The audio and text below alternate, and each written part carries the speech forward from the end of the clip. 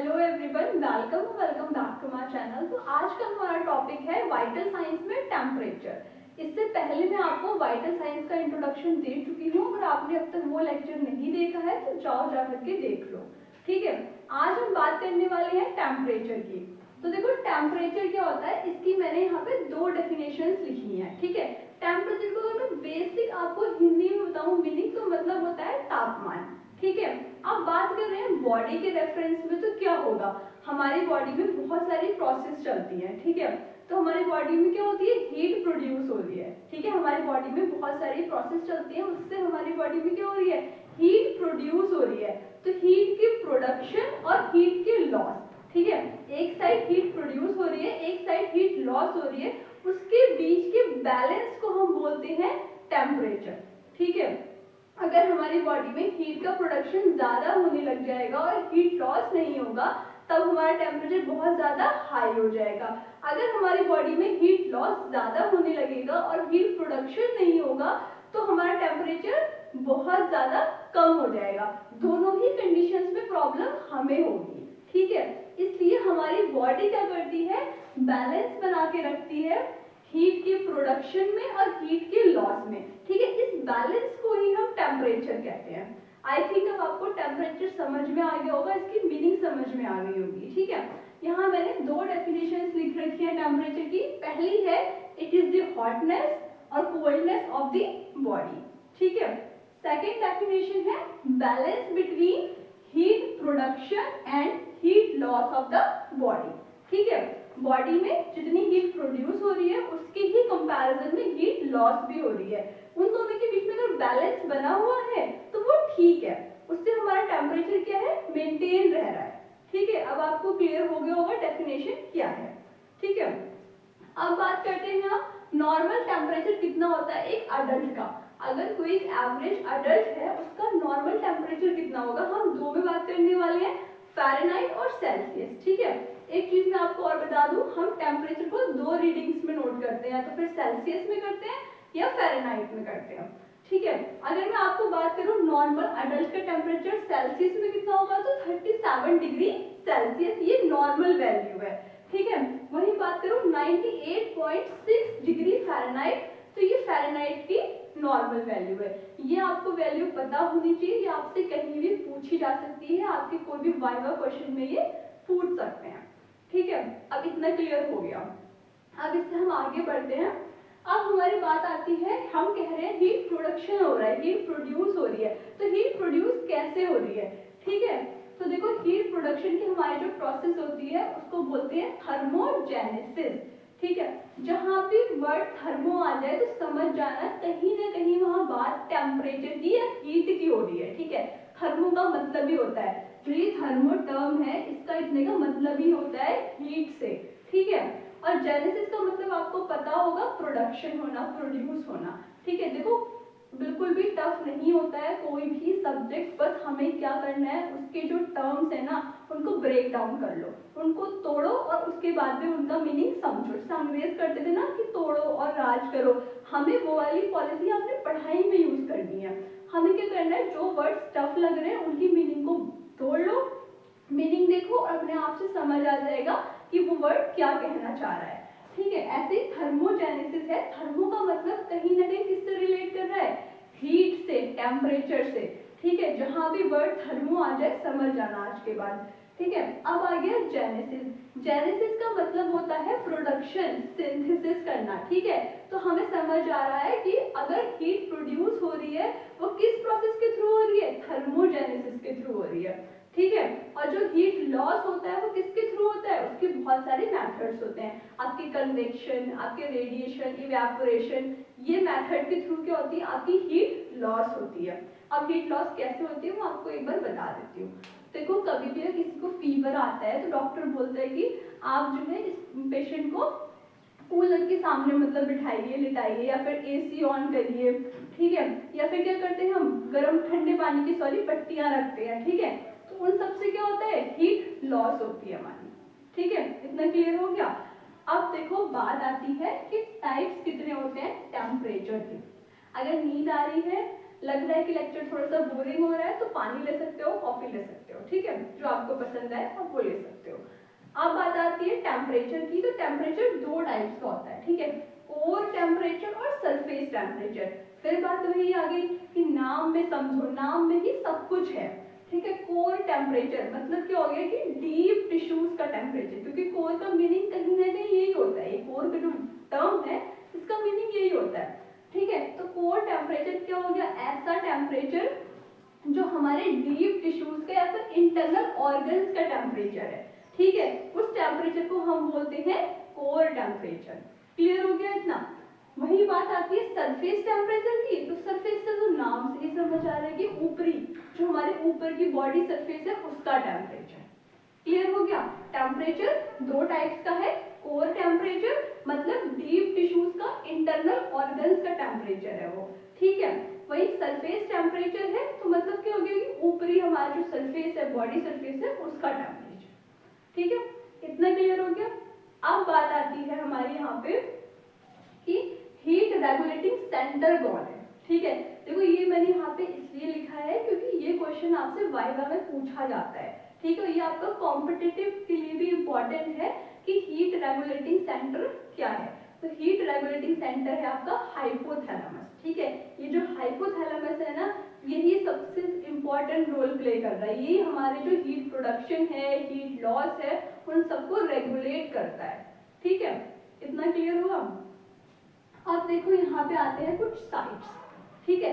हमने बात करी टेम्परेचर है, टेम्परेचर को कहाँ से मेजर करेंगे, तो मेजर करने के लिए कुछ साइट्स हैं आपकी, ओरल, रेक्टल, एक्सिलरी, टेम्पोरल और टिम्पैनिक, ठीक है। आपने देखा होगा बचपन में जब भी आपको बुखार आता होगा, डॉक्टर के पास गए होगे, डॉक्टर ने आपको थर्मोमीटर दिया, आपने ऐसे मुंह में उसको लगाया और आपका टेम्परेचर पता चल जाता था, ठीक है। वो तो हो गया ओरल रूट। सेकेंड आता है रेक्टल रूट। इसको हम मोस्टली यूज नहीं करते, लेकिन सबसे ज्यादा एक्यूरेट रिजल्ट हमें रेक्टल के थ्रू ही मिलता है, ठीक है। फिर है एक्सिलरी। ये भी सबने ज्यादातर यूज करा होगा कि अगर हम डॉक्टर के पास गए, डॉक्टर ने इस बार मुंह में नहीं दिया हमें लगाने के लिए थर्मोमीटर, हमारे हाथ में ऐसे यहाँ पे रखा और हमने वहां से टेम्परेचर की रीडिंग ले ली, ठीक है। तो देखो सबसे पहले नंबर 1 डिस्कस करते हैं ओरल। तो ओरल रूट क्या है, सबसे इजी पड़ता है, ठीक है। सबसे इजी रूट है ओरल या फिर एक्सिलरी, और ये एक्सपेंसिव भी नहीं है, ठीक है। ओरल रूट और एक्सिलरी रूट आपका सबसे इजीएस्ट वे है, सबसे ज्यादा फ्रीक्वेंटली हम इसको यूज करते हैं और सबसे ज्यादा क्या है, इनएक्सपेंसिव है, ठीक है। ये साइड हमारी दोनों इनएक्सपेंसिव है। ओरल रूट में क्या होगा कि आपके पास पेशेंट आएगा, आप क्या करोगे, उसको थर्मोमीटर दोगे, 1 से 3 मिनट तक वो अपने मुंह में रखेगा। कहाँ रखेगा, पोस्टीरियर सबलिंगुअल पॉकेट्स में रखते हैं, ठीक है। हम इसको थर्मोमीटर को 1 से 3 मिनट तक रखा, उसके बाद में हमें रीडिंग मिलेगी, उस रीडिंग को हम देखेंगे और उसके अकॉर्डिंग हम टेम्परेचर वहाँ पे चार्ट कर देंगे। ये तो हो गया ओरल का, ठीक है, ओरल साइड हो गई। अब ओरल साइड इजी है, एक्सपेंसिव कम है, लेकिन कहीं ना कहीं इसके कॉन्ट्रा इंडिकेशंस भी हैं, मतलब कहाँ कहाँ पे हमें ओरल साइड यूज नहीं करनी है अगर हमारा पेशेंट क्या है, अनकॉन्शियस है, ठीक है, या कोई बहुत छोटा इन्फेंट है। इन्फेंट समझते हो ना, अगर कोई बहुत छोटा बच्चा है उसको हम ओरल साइड से टेम्परेचर नहीं लेंगे, ठीक है। या फिर किसी के माउथ में अल्सर हो गए हैं, ठीक है, किसी की माउथ की सर्जरी हुई है, तो हम ओरल टेम्परेचर नहीं लेते हैं। इतना क्लियर हो गया, ठीक है। अब बात आती है हमारी रेक्टल टेम्परेचर की, ठीक है। तो रेक्टल टेम्परेचर क्या होता है, रेक्टल टेम्परेचर में क्या होगा, सबसे ज्यादा एक्यूरेट आपको रीडिंग मिलती है, ठीक है। आपकी सबसे ज्यादा एक्यूरेट जो रीडिंग मिलेगी वो रेक्टल में मिलती है। इसमें क्या करते हैं हम, एवरेज अडल्ट में 1.5 इंच जो है थर्मोमीटर को इंसर्ट करते हैं रेक्टम के थ्रू, ठीक है। और इसमें क्या होता है कि थर्मोमीटर को हमें थोड़ा सा लुब्रिकेट करने की बहुत जरूरत है। अगर हम लुब्रिकेट नहीं करेंगे थर्मोमीटर को तो हमारी उससे इंजरी भी हो सकती है, ठीक है। इतना क्लियर हुआ। लेकिन एक चीज और है रेक्टल में कि रेक्टल रूट से जब हम टेम्परेचर लेते हैं तो इससे ब्रेडिकार्डिया के चांसेस रहते हैं। वो क्यों रहते हैं, क्योंकि ये हमारा जब रेक्टल रूट से टेम्परेचर लेते हैं तो ये हमारी वेगस नर्व को स्टिमुलेट कर देता है, ठीक है। थोड़ा सा डीप है ये, क्यों, क्योंकि ये कंपटीशन के पर्पस से बहुत इंपॉर्टेंट है। और जो ये मेरे लेक्चर्स हैं ये आपके यूनिवर्सिटी एग्जाम और साथ साथ आपके कॉम्पिटिटिव लेवल के लिए भी दोनों के लिए हेल्पफुल होंगे, ठीक है। तो रेक्टल का बस एक ही चीज यहाँ पे ध्यान देने वाली है कि हमें इसके थर्मोमीटर को लुब्रिकेट करना होता है। एवरेज अडल्ट में 1.5 इंच तक हम इंसर्ट करते हैं। और थर्ड चीज आती है हमारी कि ये हमें ब्रेडिकार्डिया कर सकता है, क्योंकि हमारा ये वेगस नर्व को स्टिमुलेट कर देता है, ठीक है। बाकी तो हमारा एक्यूरेट रीडिंग देता है, तो सबसे अच्छी रीडिंग हमें यहीं से मिलती है। अब इसके भी कुछ कॉन्ट्राइंडिकेशंस हैं। अगर किसी को डायरिया हुआ है, किसी को हेमरॉइड्स हुए हैं, किसी को ब्लीडिंग हो रही है, तब हम रेक्टल रूट से टेम्परेचर नहीं लेंगे, ठीक है। थर्मोमीटर कितने टाइम तक रखेंगे? 1 से 3 मिनट तक रखेंगे, तो हमें हमारी रीडिंग मिल जाएगी। क्लियर हो गया? अब बात आई एक्सिलरी की। तो एक्सिलरी क्या है? ये भी बहुत इजी है, एक्सपेंसिव नहीं है, और इसमें आप आराम से टेम्परेचर की रीडिंग ले सकते हो, ठीक है। इसमें से कोई खास कॉन्ट्राइंडिकेशन भी नहीं है एक्सिलरी में आपका, ठीक है। पेशेंट को आप बिठा सकते हो या फिर लेट के भी उसका टेम्परेचर ले सकते हो। और हाँ, एक चीज और यहाँ पे, जो आपका ओरल रूट है ना, अगर किसी पेशेंट ने आपकी स्मोकिंग करी है या फिर कोई हॉट ड्रिंक यानी चाय कॉफी ली है उसने अभी, या कोल्ड ड्रिंक उसने पी है, तो आप 15 से 30 मिनट तक उसका टेम्परेचर कभी नहीं लोगे, ठीक है। आपका पेशेंट आया, आप उससे पूछोगे कि आपने चाय कॉफी कोल्ड ड्रिंक या स्मोकिंग तो नहीं करी है। अगर वो बोलता है कि नहीं मैंने नहीं करी है अभी, तो ठीक है, आप ओरल रूट से टेम्परेचर ले लो, सॉरी ओरल साइड से आप टेम्परेचर ले लो, ठीक है।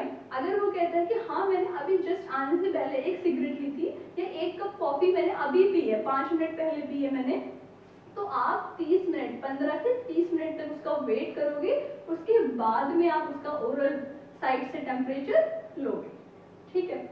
इतने पॉइंट्स यहाँ क्लियर हो गए। बाकी टिम्पैनिक और टेम्पोरल है, इसको हम बहुत ज्यादा फ्रीक्वेंटली यूज नहीं करते, बट ये भी हमारी 2 साइड्स हैं टेम्परेचर लेने, ठीक है।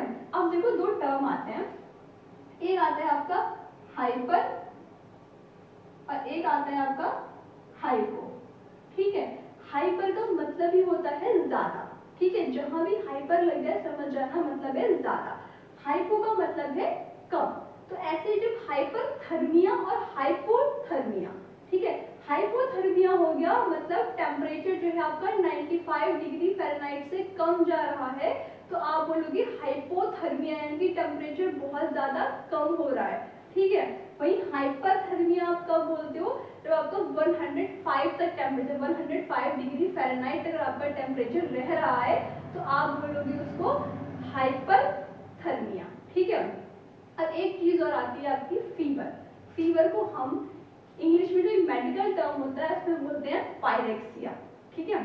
फीवर को हम बोलते हैं पायरेक्सिया। फीवर आने का मतलब है कि आपका जो नॉर्मल बॉडी टेम्परेचर था 98.6 डिग्री फ़ारेनहाइट या फिर 37 डिग्री सेल्सियस, उससे अगर आपका टेम्परेचर ऊपर जा रहा है तो हम बोलते हैं कि इस पेशेंट को क्या है, फीवर है या फिर पायरेक्सिया है, ठीक है। इतना क्लियर हो गया।